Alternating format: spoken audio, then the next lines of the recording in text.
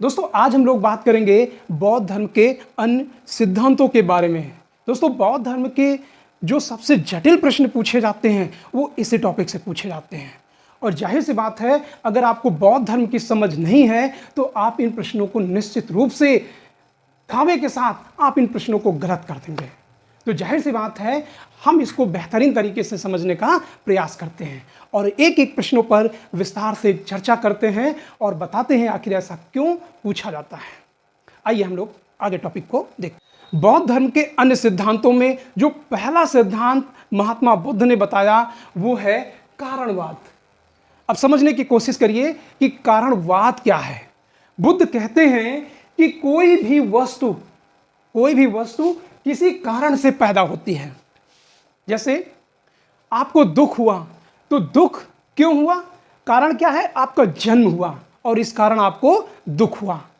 मतलब कुछ होने के लिए उसका कारण जरूर होता है।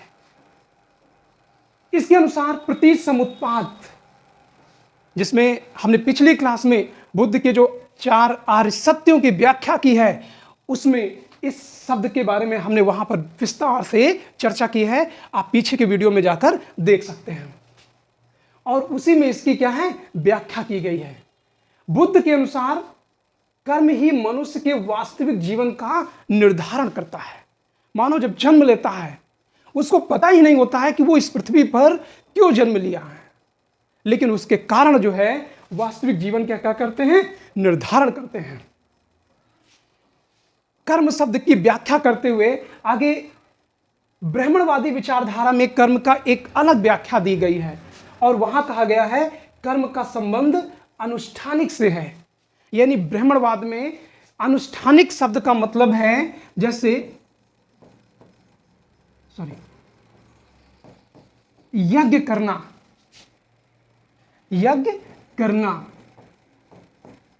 बलि देना, ये क्या है? ब्राह्मणवाद में अनुष्ठान है और ब्राह्मणवाद में क्या है, इन्हीं को कर्म कहा गया है। लेकिन महात्मा बुद्ध कर्म के बारे में क्या कहते हैं ये समझिएगा। महात्मा बुद्ध कर्म का तात्पर्य उन्होंने कायिक से बताया है। कायिक का मतलब होता है काया, काया का मतलब होता है शरीर, काया का मतलब शरीर, ठीक है। वाचिक, काया का मतलब किसी भी व्यक्ति को पीड़ा आप मत पहुंचाएं, शारीरिक पीड़ा मत पहुंचाएं। वाचिक का मतलब है वाचन का मतलब है बोलना,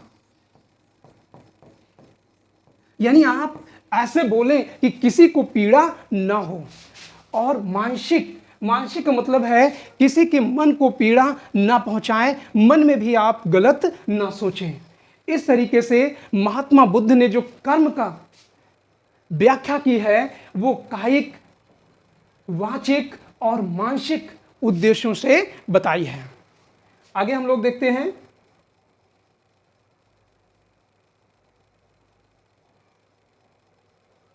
अन्य धर्म में, यानी भारत में बहुत सारे धर्म हैं, अन्य धर्मों में जो महत्व ईश्वर का है वही बौद्ध धर्म में धम्म का है। किसमें? धम्म के बारे में है। जो सम्यक कर्म करेगा मोक्ष का अधिकारी होगा। यानी जो व्यक्ति मानसिक, वाचिक, कायिक को मृदु भाषा का इस्तेमाल करेगा, किसी को पीड़ा नहीं पहुंचाएगा और वही उसी को क्या है, मोक्ष की प्राप्ति होगी। अगला जो सिद्धांत है महात्मा बुद्ध ने अनिश्वरवाद पर दिया है, या इसी को अनात्मवाद कहा गया है। अब अनिश्वरवाद का मतलब क्या है? बौद्ध धर्म के अनुसार सृष्टि के निर्माण में ईश्वर का कोई योगदान नहीं है। लोग कहते हैं कितनी बड़ी सृष्टि पृथ्वी है, पृथ्वी में इतने सारे लोग हैं, वो सब कैसे अलग अलग तरीके से बन गए हैं। तो अन्य धर्मों में यह कहा गया है कि इनका निर्माण ईश्वर ने किया है, लेकिन महात्मा बुद्ध ये कहते हैं इस सृष्टि के निर्माण में जगत, पेड़ पौधे, पशु पक्षी, इस सृष्टि के निर्माण में ईश्वर का कोई योगदान नहीं है। आगे देखिएगा, क्योंकि ऐसा करने में उन्हें ईश्वर को दुख की सृष्टि यानी निर्माण करने वाला मानना पड़ता है। अगर वो ऐसा मान लेते हैं तो निश्चित रूप में बुद्ध को ये कहना पड़ता कि जो आपको दुख है उसको किसने दिया है? ईश्वर ने दिया है। लेकिन ऐसा नहीं है, क्योंकि आपका जन्म हुआ है, इस कारण दुख हुआ है। संसार की प्रत्येक वस्तु विशिष्ट परिस्थितियों तथा कारणों से उत्पन्न हुई। अब देखिए महात्मा बुद्ध यहां पर क्या कहते हैं, बड़ा तार्किक जीवन है। जैसे आप कुछ खाद्यान्न रख दें और उसे संरक्षण ना किया जाए तो उस खाद्यान्न में कुछ दिनों बाद कीड़े पड़ जाएंगे। तो कीड़े पड़ने का कारण क्या है? परिस्थितियां। और इन परिस्थितियों के कारण क्या है? उनकी उत्पत्ति हो जाती है। इसीलिए संसार की सभी वस्तु सापेक्ष तथा परिस्थितियों के कारण विशेष पर निर्भर है, अस्थायी है, यानी स्थायी नहीं है, क्षणिक है, कुछ समय बाद अपने आप नष्ट हो जाएंगे। चाहे कीड़े हो, मकोड़े हो, एक समय बाद पूरी तरीके से क्या हो जाएंगे? नष्ट हो जाएंगे। आगे अगला जो सिद्धांत दिया है, ब्राह्मणवाद का विरोध। ध्यान रखिएगा, महात्मा बुद्ध ने ब्राह्मणों का विरोध कभी नहीं किया।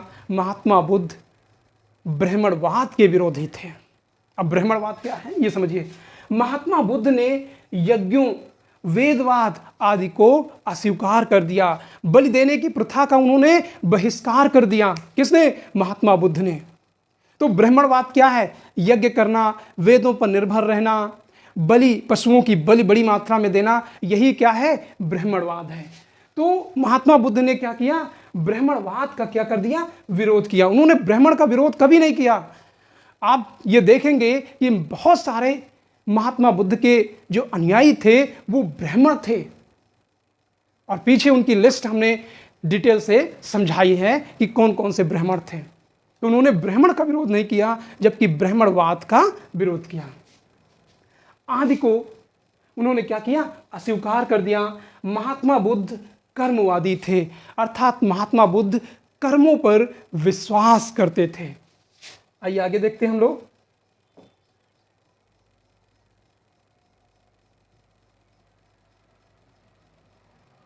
एक बार फिर यहां पर बताया गया है, महात्मा बुद्ध ने जो कर्मवादी थे और उनका कर्म का तात्पर्य मानसिक, कायिक और वाचिक से है, यानी मन में किसी के प्रति ईर्ष्या मत रखें, शरीर से आप किसी को कष्ट न दें, ना शारीरिक कष्ट दें, और वाचिक यानी वाचना यानी वाचन से है, यानी बोलने से है, आप किसी को अशब्द ना बोलें ताकि उसके मन में तनिक भी पीड़ा हो।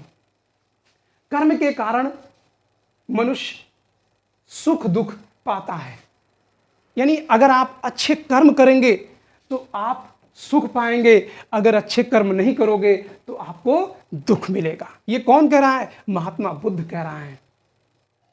फिर उसके बाद जो अगला सिद्धांत आता है वो पुनर्जन्म है। महात्मा बुद्ध कर्मों के कारण पुनर्जन्म पर विश्वास करते हैं। किसके कारण? कर्मों के कारण। कहते हैं कि अगर आप अच्छे कर्म नहीं किए तो आपका पुनर्जन्म होगा।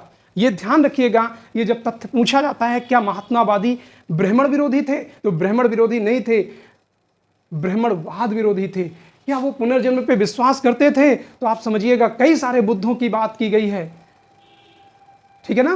तो जाहिर सी बात है पुनर्जन्म होता होगा, इसलिए महात्मा बुद्ध ने पुनर्जन्म पर विश्वास जताया है।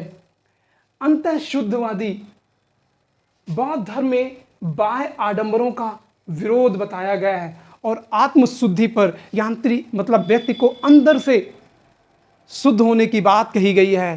कहने का मतलब है व्यक्ति दिखावटी तो करता है लेकिन अंदर से वो दूसरे के प्रति ईर्ष्या, द्वेष भावना, ये सारी चीजें रखता है। तो महात्मा बुद्ध ये कहते हैं कि जब तक आप अंदर से शुद्ध नहीं होगे तब तक, यानी आडंबरों का आप विरोध नहीं करोगे। आत्मशुद्धि पर बल देता है। बुद्ध के अनुसार सभी संस्कार बेधर्मा हैं, अर्थात बुद्ध संस्कारों को नहीं मानते हैं।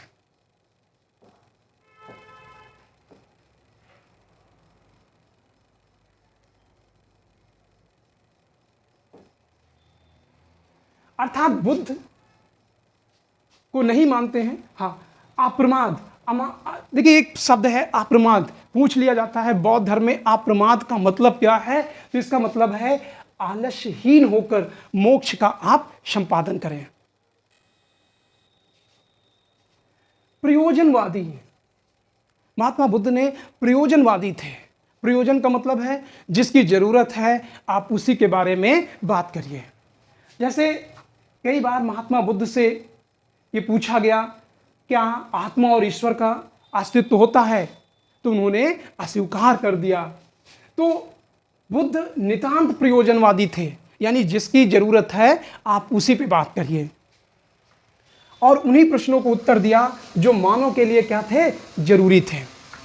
बुद्ध कहते हैं आत्मा और ईश्वर में कोई अस्तित्व नहीं होता है। उन्होंने ईश्वर को सिरे से खारिज कर दिया है। अनात्मवादी, महात्मा बुद्ध अनात्मवादी थे, आत्मा संबंधी बातों पर वो मौन थे, मतलब उस पर कोई जवाब नहीं दिया। धर्म का आधार विश्वास है और दर्शन का आधार उन्होंने तर्क दिया। अर्थात किसी की बातों को आप तभी स्वीकार करिए जब वो तर्कपूर्ण हो, यानी तर्क पर खरे उतरते हों। महात्मा बुद्ध ने बौद्धों के लिए मुक्ति मार्गों के लिए बताया है। कर्म के सिद्धांत आवश्यक है। बौद्ध मत नास्तिक भी है। दोस्तों, नास्तिक का मतलब ये बताया गया है कि नास्तिक का मतलब क्या है। नास्तिक का मतलब ये है जो वेदों को नहीं मानते हैं वही नास्तिक है। लेकिन आजकल की जो जितने भी डिक्शनरी हैं, प्रारंभ में तो यही इस्तेमाल हुआ था, लेकिन आजकल जो डिक्शनरी हैं उसमें सब में नास्तिक का मतलब है ईश्वर को नहीं मानना। ठीक है ना। आगे हम लोग बात करते हैं।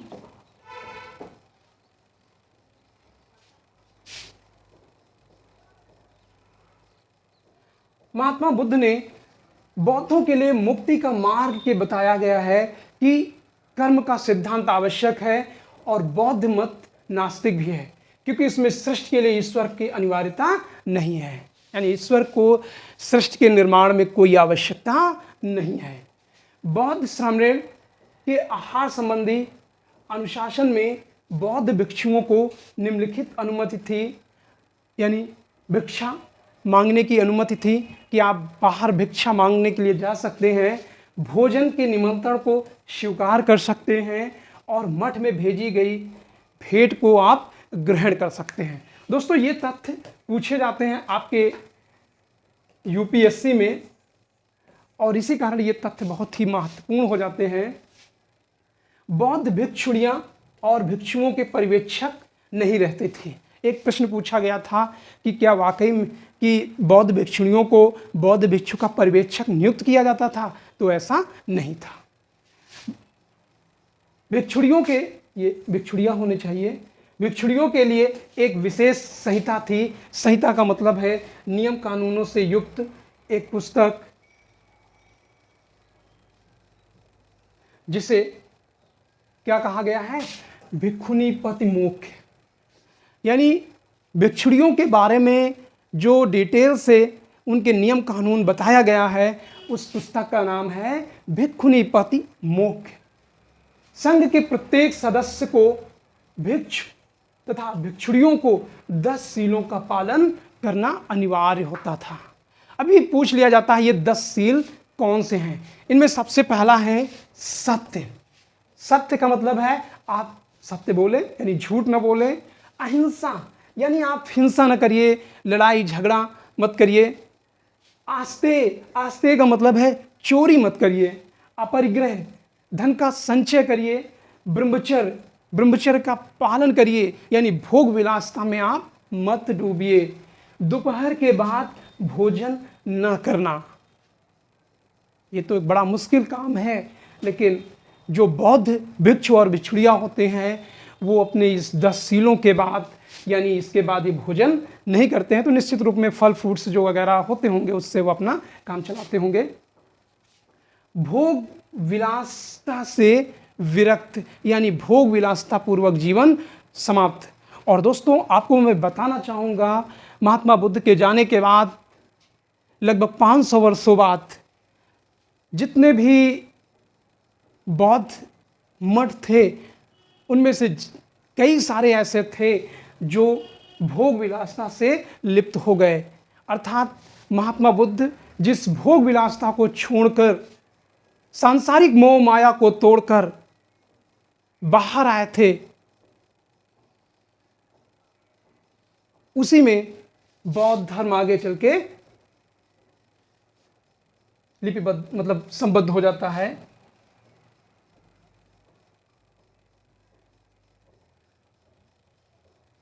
आरामदायक सैया का त्याग, यानी जो गुलगुला बिस्तर होता है, गद्दे होते हैं, इन सबको त्याग करने की बात कही है। किसको? भिक्षु और भिक्षुणियों को। आभूषणों का त्याग और सुगंधित वस्तुओं का भी त्याग करने की बात कही है। किसने? महात्मा बुद्ध ने। संघ के संचालन हेतु इन्हीं भिक्षु और भिक्षुणियों के पदाधिकारी भी नियुक्त किया जाता था और संघ के सदस्यों को बैठने की व्यवस्था करने वाला एक आसन प्रज्ञापक होता था, जो जितने भी बौद्ध भिक्षु वगैरह आते थे उनको ठीक से बैठने की व्यवस्था की जाती थी। संघ के वैध कार्रवाई के लिए न्यूनतम संख्या कोरम 20 थी।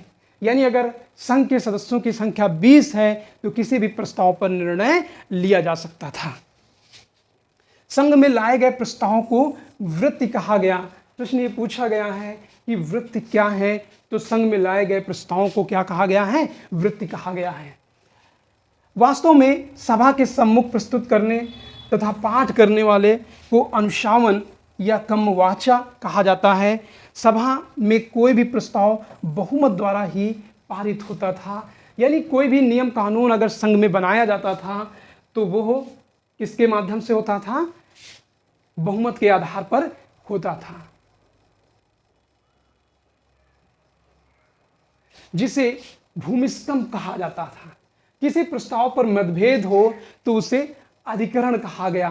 जैसे कोई नियम कानून लाया गया और कुछ लोग मानने के लिए तैयार नहीं है, कुछ लोग कहते हैं ठीक है, तो उसी को क्या कहा गया है? अधिकरण कहा गया है। मत भिन्न की स्थिति में, जैसे ये कुछ लोग कहते हैं नहीं ये नियम ठीक है और कुछ लोग कहते हैं ये ठीक नहीं है, तो विभाजन की स्थिति में छंद द्वारा मतदान किया जाता था। यानी मतदान होता था उस विषय पर और मत विभाजन विभिन्न रंग की सलाखाओं द्वारा, यानी छड़ें होती थी कि कौन किस मत का समर्थक है। किसी को लाल, किसी मत के लिए लाल छड़ निर्धारित कर दिया, किसी मत के लिए काला, किसी मत के लिए सफ़ेद छड़ का निर्धारण, सलाखाओं को निर्धारित कर दिया जाता था। और मतदान क्या होता था? गुप्त हो जाता, गुप्त मतदान था। इसी को गुहक कहा जाता था। क्या कहा जाता था? गुहक कहा जाता था। गुप्त मतदान तथा प्रत्यक्ष अर्थात विविधक, यानी दो प्रकार से मतदान होता था, गुप्त और प्रत्यक्ष मतदान होता था। मतदान के बाद बहुमत पर निर्णय सर्वमान्य होता था। जब सभी भिक्षु किसी भी विशेष अवसर पर एक साथ उपस्थित होते थे तो उसी को क्या कहा जाता था? उपोषद कहा जाता था। प्रश्न ये पूछ लिया जाता है कि उपोषद किसे कहा जाता है? तो उपोषद जो गलतियां होती थी उसी को उपोषद कहा जाता था। भिक्षु और भिक्षुणियों को संघाराम तथा बौद्ध विहारों में निवास करते थे। प्रश्न पूछ लिया जाता है कि बौद्ध भिक्षु और भिक्षुणियाँ कहाँ पर निवास करती थी? तो वो संघाराम या बौद्ध विहारों में निवास करती थी। बौद्ध भिक्षु प्रत्येक पखवाड़े पर, यानी जो पूर्ण चंद्र जिसे हम पूर्णिमा कहते हैं, 9 चंद्र अर्थात जिसे अमावस्या कहते हैं, कि रात्रि में क्या करते थे? एकत्र होते थे। और जो उनके द्वारा उस बीच में गलतियां होती थी उनको स्वीकार करते थे और इसी गलतियों को वो क्या कहते हैं? उपोषद कहते थे। तो दोस्तों ये टॉपिक आपको कैसा लगे? अच्छा लगे तो मेरे चैनल को सब्सक्राइब करिए, लाइक करिए और अपने दोस्तों को शेयर जरूर करिए। Thank you.